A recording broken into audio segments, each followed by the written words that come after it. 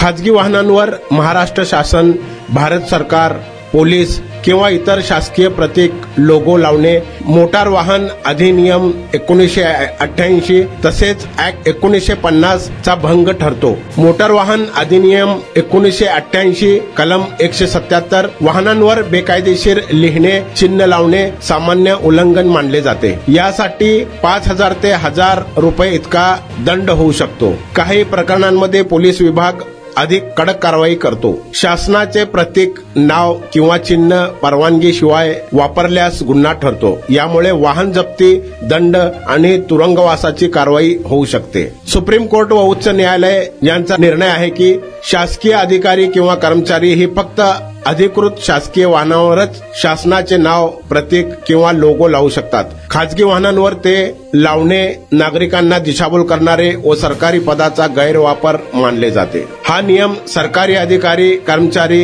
यांच्या खाजगी वाहनांनाही लागू होतो। केवळ अधिकृत शासकीय वाहनांवर शासनाची पाटी, प्रतीक किंवा लोगो लावण्याची परवानगी आहे। खाजगी वाहनांवर सरकारी शब्द किंवा लोगो लावणे फक्त दंडित नाही तर गंभीर गुन्हा ठरू शकतो।